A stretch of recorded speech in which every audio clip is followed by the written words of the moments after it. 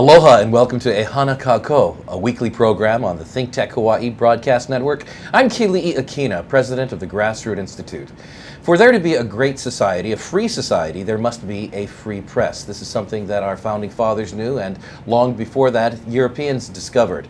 A free press is essential for a democracy to inform and educate its people.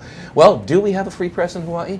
We at least have hawaiifreepress.com. And so today I've got the editor and founder of that news organ, and we're going to be talking a little bit about what's going on behind the scenes in the news in Hawaii.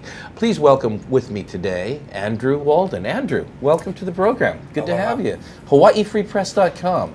You started that how many years ago? This January 1st will be our 10th anniversary. Your 10th anniversary. Congratulations. In fact, the anniversary month is It's January 1st. January That was our 1st. first January, edition. that's right. My goodness, 2015. Well, so what's going on in Hawaii in the world of politics now? In the wake of the passing away of Senator Noye, we have our first set of elections, and is it going to be a tectonic plate shift, or is it going to be just more of the same under a different name? Well, that's a good question. Ultimately, the voters are going to decide. They are deciding right now. We've had basically 3 different sets of polls as the voting is going on. And elections today are not a one-day affair. They're basically a 45-day affair, counting mail-in absentee and walk-in absentee, which could be as much as 40–50% of the voters. Do the polls show that we could anticipate some changes, particularly amongst Democrats? For those watching across the world, Hawaii is a largely Democrat state, and the passing away of Senator Noye means that there will be some real ripples in the Democratic Party. Are the polls showing that? Yes, the polls are showing that. Polls in Hawaii are notorious, so nobody should be counting their chickens until they're hatched. But the polls show Neil Abercrombie down as far as 18%. Now, didn't John Waihee, former governor John Waihee III, say 18% in a gubernatorial a poll? It doesn't mean anything in Hawaii. Right. Waihee said he was down 18%, and so he got elected. And so if Waihee can get elected, Abercrombie can get reelected. But there may be other factors in addition to what the polls show that might reinforce the direction, the downward direction that he's really facing. What do you think? There are broad social changes going on in Hawaii, and there's a clear ethnic divide in the voting. For instance, today's Star Advertiser has a different polling result on the Schatz Hanabusa race, which shows Hanabusa ahead by 8 points. And the way they obtained the result is by adding more AJAs and less ALIs into the polling mix. And so Americans of Japanese ancestry are actually factored into the poll to a higher level than others. Is that right? Is that what you're suggesting? Right. Is that done deliberately in order to help push an outcome, a predetermined outcome along, or is that done for the purposes of pure analysis? Well, if you're over at the Schatz office, obviously you're saying that they did that on purpose. The Star Advertiser's rationale is that they believe that their ethnic makeup is more reflective of the actual electorate, which is an important point because Hawaii has the lowest voter participation in the nation, and on some level the electorate consists of 1/3 Haoles, 1/3 AJAs, and 1/3 everybody else. But the population does not look that way. And so the everybody else category is where you will find people who need to be registered to vote. And if voter registration occurs amongst those people, then this dynamic changes even more. Are we hearing that voter registration is actually up for a primary in Hawaii this year? There are people registering, as there are before any election, but whether it's above the levels of previous elections, I haven't seen that. So let's go back to the poll you mentioned in the beginning, that the governor, a strong governor, a long-term Democrat, a career politician, is suddenly 18% down a few days before the primary, and he's being challenged in his own party by a long-term legislator as well. What do you think some of the reasons are that his numbers are down so much? Abercrombie's trouble is Abercrombie. Okay. He is the So it's not somebody else doing something to him. It's what he does and what he says that has accounted for his lessened popularity. yeah, he's an arrogant, male charismatic type hippie, and he had 20 years in Congress with basically a media that was quite happy to make him look good to the people here. And so now that he's come back and served as governor for 4 years, it's impossible to cover him up. Now, he came into office with strong support from many segments of society, especially school teachers, the Hawaii State Teachers Association, and so forth. So what has happened to some of the groups that endorsed and supported the governor in his first bid for office? He stabbed every one of them in the back. And the HSTA has a long record of supporting governors and then getting stabbed in the back. Cayetano did it to him. Abercrombie did it to him.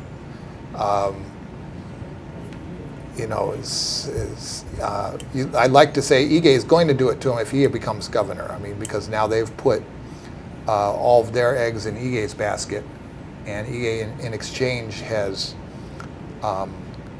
basically pledged himself to the HSTA's anti-education reform agenda. Sure. So we could see a shift within the Democratic Party at the primary if the governor loses the election, and then Senator Ige prevails. But let's talk about after the primary. There are two other parties then. There's the independent candidate, or the independent party candidate, Mufi Hanneman, and the Republican Duke Iona. What are the polls saying about these two individuals? Well, the polls have consistently shown Duke leading against either Abercrombie or Ige, with Mufi trailing somewhere in the 15% margin.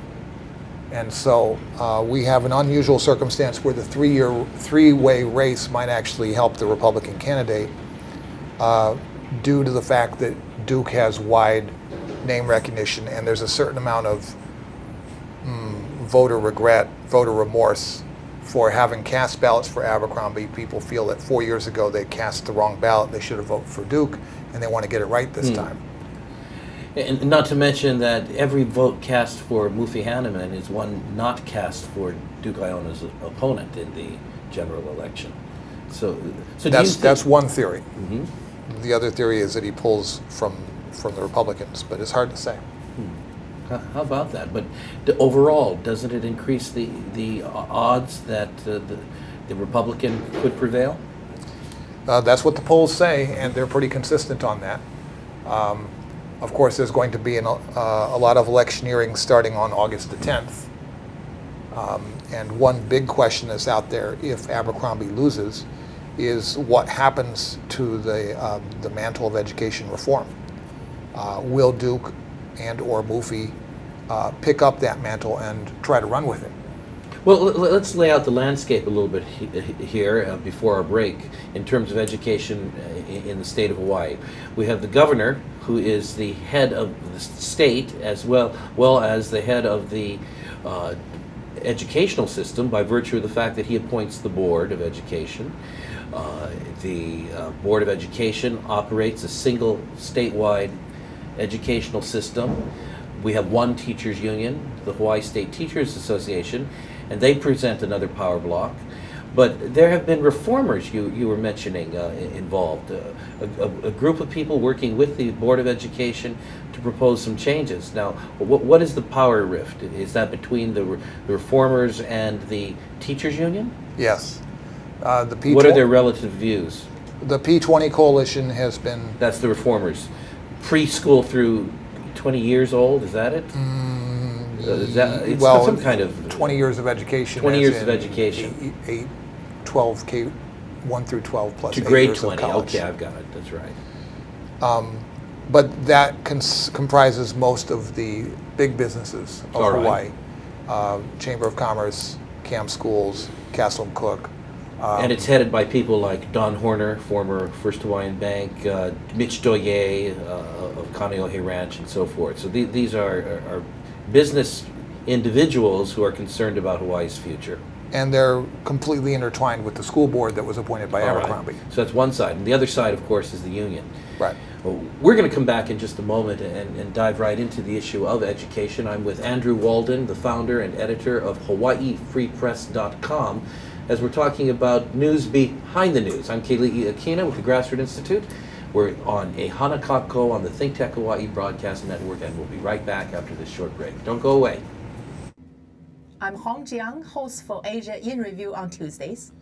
And I'm David Day, host for Asian Review on Thursdays. Both of us broadcast our respective shows at 4 p.m. And my topics tend to deal with questions related to environment, culture, history, and sometimes human rights. And my shows tend to be on international business, foreign policy, geopolitics, and national security. And you can watch our shows live on the ThinkTech website at thinktechhawaii.com. And you can also watch us on YouTube or Olalo. So come join us on Thursdays at 4 p.m. I'm David Day. And on Tuesdays at 4 p.m., I'm Hong Jiang. Aloha. Aloha. Aloha and welcome back to A Hanakako on the ThinkTech Hawaii Broadcast Network. I'm Keli'i Akina with the Grassroots Institute, and I'd like to say mahalo to Jay Fidel, the producer and founder of ThinkTech Hawaii. We produce about 20 to 25 hours of content every week here from beautiful Honolulu and downtown, here at the Pioneer Plaza, and it goes all over the world. If you are interested in coming to Hawaii and seeing us live, we'd love that. It's not exactly like being on Letterman or late night, but we can find a stool for you in our studio. And we do hope you do come to Hawaii and help build our economy as we work together, showing the relevance of Hawaii to the world and the world to Hawaii. My guest today is the founder of what has sometimes been called the Drudge Report of Hawaii, the HawaiiFreePress.com. HawaiiFreePress.com publishes news that you may never find anywhere else in the mainstream media because the founder, the editor of HawaiiFreePress.com cares deeply about the role that information plays in a free society. So I welcome him back again, Andrew Walden. Andrew, again, good talking with you, but before we dive into the issue of education, tell me a little bit about your rationale, why you started HawaiiFreePress.com. Did we not have a free press in Hawaii at the time? No, we haven't had a free press in Hawaii for years. There's so many stories that simply don't get covered because they're politically inconvenient and because we have a one-party system. And so we have a media that models itself on the political system, and my objective is to interject an alternative voice into that conversation. Well, I remember the days when the Honolulu Star Bulletin and the Advertiser were published in the same building and endorsed the same political candidates, and that was considered the free enterprise of news media in Hawaii at the time. And now we only have one newspaper, so to speak. But of course, news media is blossoming online. How do you compare your organ, the Hawaii Free Press, with other journals online like the Civil Beat or Midweek? Would you put yourself somewhere in the middle? Well, you mentioned Drudge. We'll start with Matt Drudge. One of the things that I do is aggregation, and so I will look at today's news. Did you say aggravation? Aggregation. All right. Which may both, cause probably aggravation to some people, and that's just fine. In fact, it's preferred. In fact, I know you have actually posted some things that the authors have pulled off of their websites, but you've kept it on for forever, actually. Yes. For instance, when Peter Rappo decided that nation building should be dropped by OHA, he posted on his website, and we've kept that on Hawaii Free Press. So it lives on forever on so Hawaii it lives Free on Press. forever, and you can read that, which you can no longer read on Peter Rappo's site. All right. Well, so how do you compare yourself to the other media? Well, what we do in aggregation is that we look for the buried lead and pull it up to the top and make it into the headline. And so, for instance, we were talking about polling. On Sunday, was it the Star Advertiser had a story about their gubernatorial poll, and their headline was, once again, that Ige is beating Abercrombie, this time by 18 points. The buried lead was that when you get to the inside of their poll, Duke Iona is beating all of these people. And they didn't seem to mention that, but we decided that it was more important, and so we brought that up to the top. Sure. And that was our headline. And so that's an aggregation function that takes existing news content and rearranges it so that readers can see the hidden backstory. Now, you brought up a story that actually, as you put it, is a hidden backstory in the mainstream media, and placed it front and center, and that is that the Republican is actually ahead of both Democrats. Is that because your news service is a Republican or a conservative news service ideologically, or is it because that's just the news?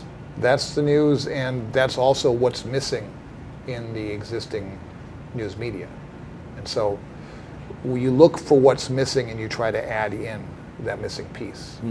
Well, now let's get back to the issue we ended last segment on, and that is the education taking place here in Hawaii in a drama here during the election season between the HSTA, the teachers union, and a group that is working with the governor for reform.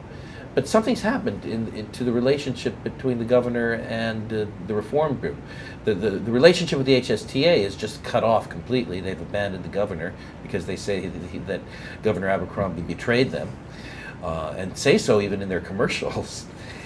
But the other group the governor has been working with, business, big business, the Board of Education, the more established educational establishment, they seem to have a problem with the governor now. Well, their problem is that the governor is going to lose. They would be very happy if Abercrombie won the primary, but they've seen the same polls that everybody else has seen, and they feel that they are about to become politically homeless. And so that means that they are casting about to see how they can save their constitutional amendment proposal for a pre-K voucher system. You wrote a commentary on some of the questions raised and concerns raised by one of their leaders, Mitch Dollier, earlier. What were some of the points that you were trying to make by that? Well, one key point is that with Abercrombie on point in education reform, one of his first moves was to inform church-based preschools that they would not be part of the voucher system unless they conformed their curriculum to Abercrombie's demands. And of course, they refused to do that. And so with Abercrombie in charge, they're out of the picture. However, if Abercrombie is not going to be in charge, they could be in the picture again if education reform leaders are willing to pick up that discussion and turn it in a different direction with the church. It's a political opportunity that's out there if they want to take it. When you say political opportunity, are you saying that one of the gubernatorial candidates could approach this reform group and say, I'll be your champion? Well, this is an opportunity that's actually separate from the gubernatorial race, because the question is, what will happen with tens of thousands of church-going voters? Will they vote for the pre-K voucher system or not? And right now, their inclination will be to not vote for it. Well, you know, that's an interesting entity. The proposal to have a layer of school before kindergarten, which would allow parents to have some measure of choice and to say, I can choose this private school, I can choose this religious school with my tax dollars, and actually accomplish something that we have not had in Hawaii, whether you call it a voucher system or a tax credit system and so forth. We've just not had that option available to parents. But at the same time, on the other hand, doesn't it also expand the role of the government and the role at the cost of education by adding an entire new layer of school and the costs associated with that, as well as the mandatory requirement that children attend? So how do faith-based people balance this? Especially since many of them care deeply about parental control as opposed to government control. They care deeply about parental control over curriculum as opposed to government control over curriculum, especially in some basic values areas. Yes, and that's why the opportunity here for education reformers is to loosen the control over the curriculum. by backing away from Abercrombie's hard secular stance. I mean, his AG, David Louis, started off by deciding that after 200 years of American history, they couldn't have prayer in the Senate anymore. You know, this is just not mainstream thinking. And so with the Abercrombie albatross off of their neck, there are certain advantages if they're foresighted enough to see the advantages and grab a hold of them and run with this opportunity. If Abercrombie is out of the picture after the August 9th primary, and David Ige is the Democratic candidate for governor, part of that issue is already defined because David Ige has the endorsement of the Hawaii State Teachers Association, the teachers union, and that would mean that championing the educational reformers would really fall to either Mufi Hanneman or Duke Iona. Any thoughts about whether either of these would pick it up, or is it consistent with the thinking of either? It's consistent with the thinking of either one of them. However, they're not going to do anything about it until after the election, the primary, because right now they have a binary choice. If Ige wins, their path is clear, and that's what we've been discussing. However, polling is unreliable, and Abercrombie could win. If Abercrombie wins, you're going to see Duke and Mufi trying to win support of the HSTA, and that will take them in a very different direction. And so it's a wide open question, and the only thing they can do for the next few days here is consider which move they'll make under which set of circumstances, and then be prepared to make that move. But right now they're not going to do anything. Well, one could lament that politics has such an influence upon what the outcome of education will be in the state of Hawaii. But I suppose that is the landscape, and so what we've got to do is get out there and get registered, be involved, get involved in shaping candidates and supporting them, and I suppose it always goes back to that. So let me ask you this question. Why is there such low participation in Hawaii's elections, at least up until all recent elections until now? What do you think the reason is, Andrew? Decades of lack of leadership, decades of a one-party system. Voters do not participate if there are not choices for them that attract them to go to the polls. And so in a state such as Hawaii, I would expect the non-registered voters to be more Republican in orientation, because that's the side of the political equation that's been missing. This is so antithetical to the political enthusiasm back in 1959 and in 1960, 61, when we had some of the highest turnouts in the entire nation here in Hawaii in terms of voter participation. Are you saying that spirit has just really been dampened for the people of Hawaii? Well, contrary to the mythology of the revolution of '54, we had a two-party system at the time of statehood. For instance, in 1959, Republicans took over the state Senate, and they also elected William Quinn governor. And so it's not really as simple as saying that Hawaii was solidly Republican until '54, and then it became solidly Democrat, Right. and that's all you need to know.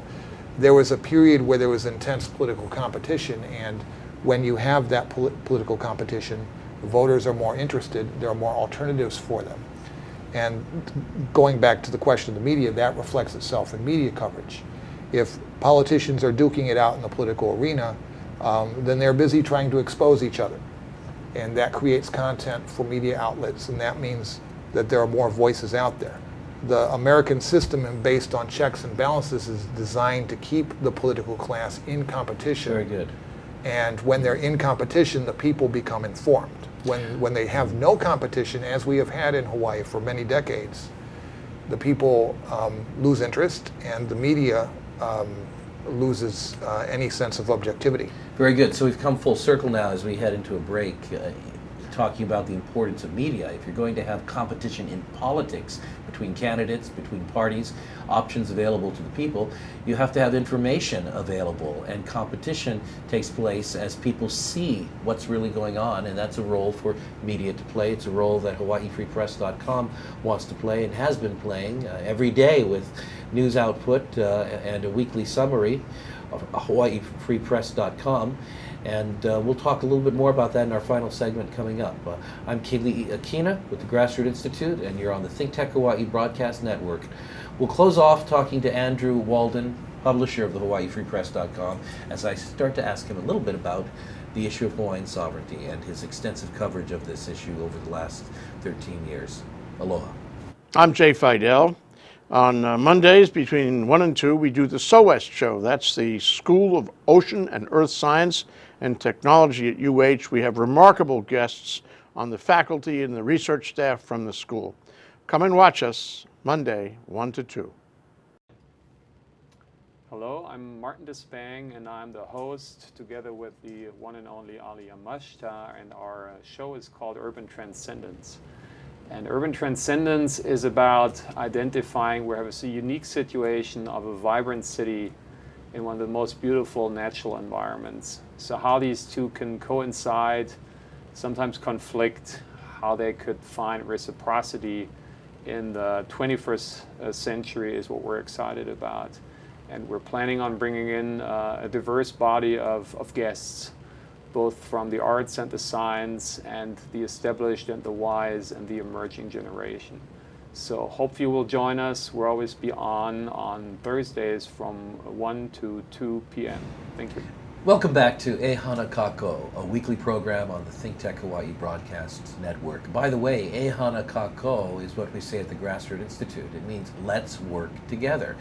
In order to work together, we need to have good information, and we need to be able to tell what is what, and that's precisely what news media does when it functions at its very best.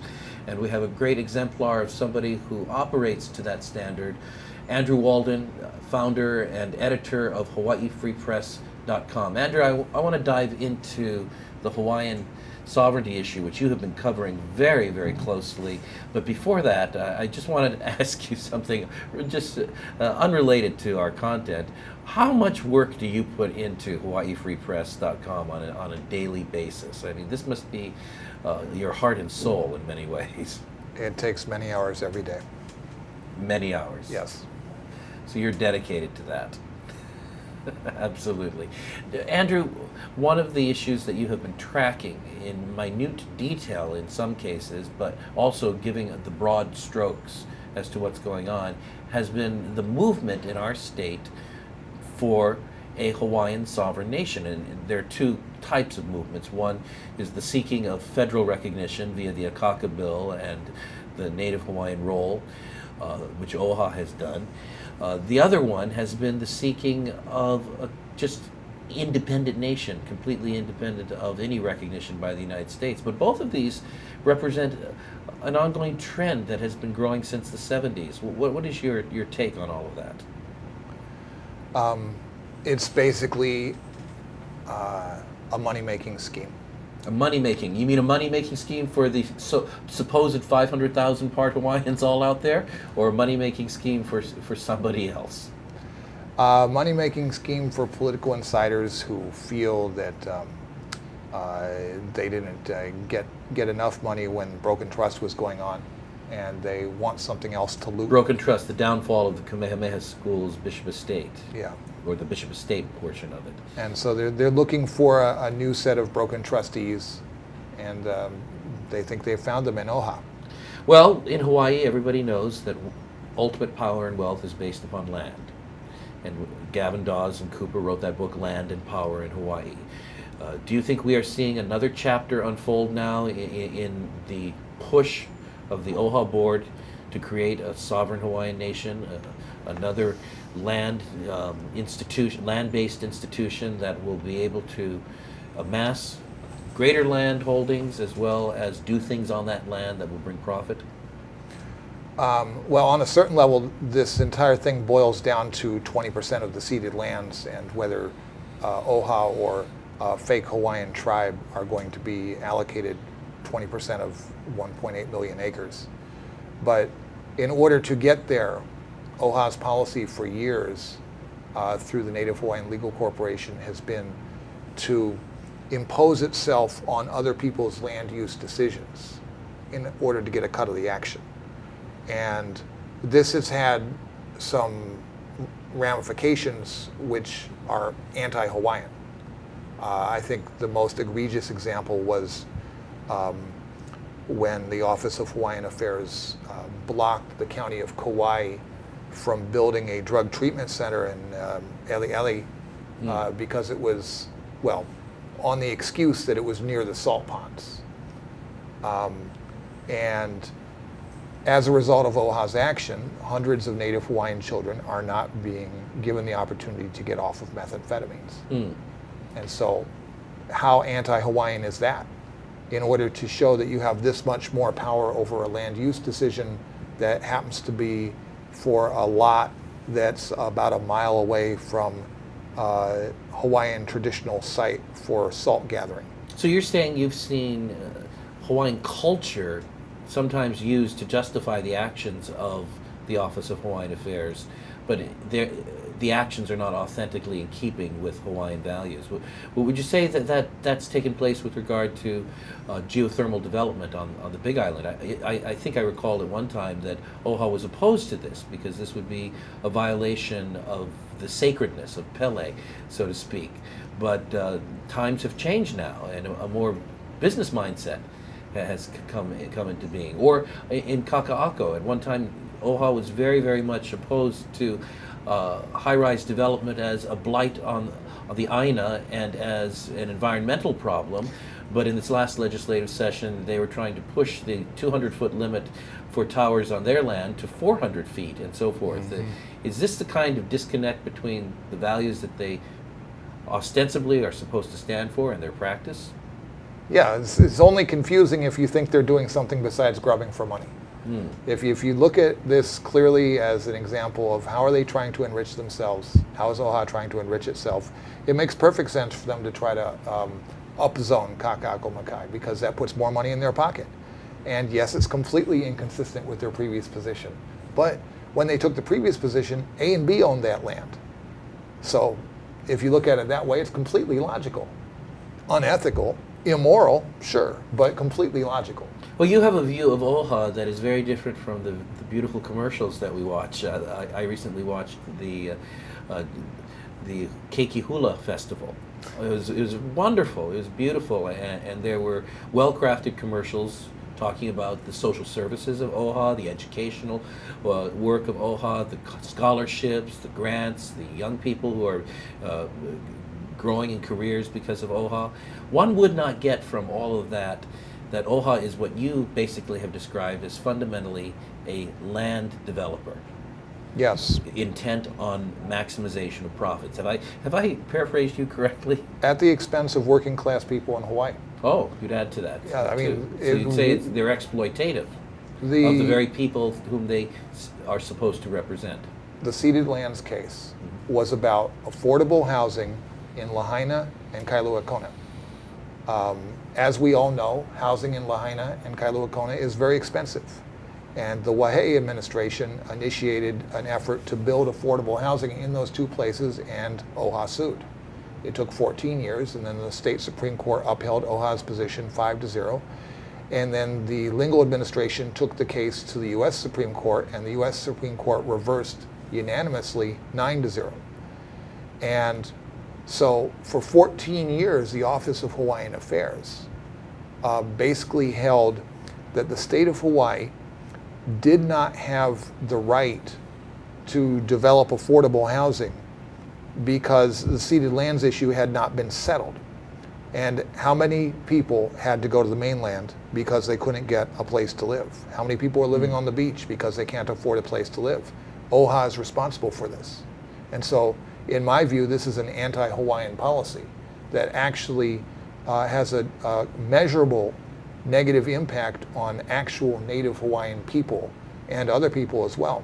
You've kind of described a situation where the beneficiaries, so to speak, the masses, the working class, are not benefiting to the extent that they should, whereas a narrow band of politically connected leaders is actually benefiting, and the actions of OHA now are intent on giving greater profit and power to that top level. Yeah, it's basically the top and bottom versus the middle. It's a very anti-middle class organization. The chairman of the Native Hawaiian Roll Commission, which is administered by OHA, former Governor John Waihee III, responded in a press conference recently that OHA is actually representative of the people. He cited the fact that the Native Hawaiian Roll Commission has enlisted 130,000 plus individuals' names, and said that this is bigger than any union. And so that was a pronouncement he made during this election season, talking about the power of the Hawaiian people, the unity of the Hawaiian people. Is this your understanding of the Native Hawaiian Roll? The Native Hawaiian Roll maybe attracted 20,000 signatures, and then they added on the rest from Kauinoa and previous rolls. Many of the people who are on the rolls are literally dead because they signed it 30 years ago. So this is not a massive movement of 130,000 people that would rival the unions? No, and many of the 20,000 that they got are in prison. They are very proud of the fact they're not going to show up at the polls. Yes, unless they've been let out. And you know, Waihee is a perfect example of the kind of person I'm talking about. I mean, when he was out as governor, he went to work with Right Star and looted the burial accounts of 40,000 Hawaii residents. And so if you or somebody who's been paying into an in time of need burial account, John Waihee has his hand in your pocket. And well, the state held him responsible, civilly responsible, for $3 million of the $30 million in losses. OHA justifies its actions using a phrase that has appeared in OHA media recently, the prolonged illegal occupation of Hawaii, and another phrase used by the Native Hawaiian Roll Commission, the unrelinquished sovereignty. These phrases come from a scholar named Keanu Sai. What role does he have in the organization and influencing its thinking? Well, he's a convicted felon. He was convicted for his role in the Perfect Title scam, which targeted Native Hawaiians basically with a sales pitch that goes like this. The Hawaiian kingdom was overthrown, therefore you don't have to pay your house note. Give me $4,000 and I'll give you some papers that you can give to the bank. Now you've documented this in HawaiiFreePress.com. Yes, and he was convicted of this as a felony. Bumpy Kanahele and 100 other sovereignty activists showed up to protest in the courtroom, and the judge let Keanu Sai off easy, at which point he was taken over to UH Manoa and given a PhD. And what he says now is that he's doing the same thing again, the same mortgage scam again. In fact, a guy named Keli'i Akina in Puna, which is one of Keanu Sai's leading associates, lost his own house in his own scam because he believed what he was selling. And so he's been evicted from his own house because he stopped making his own house note payments. Well, you know, if people read HawaiiFreePress.com, will they find the documentation for this sort of den of rogues that you've characterized OHA as? This is out there. It's news. It's information. It's all out there.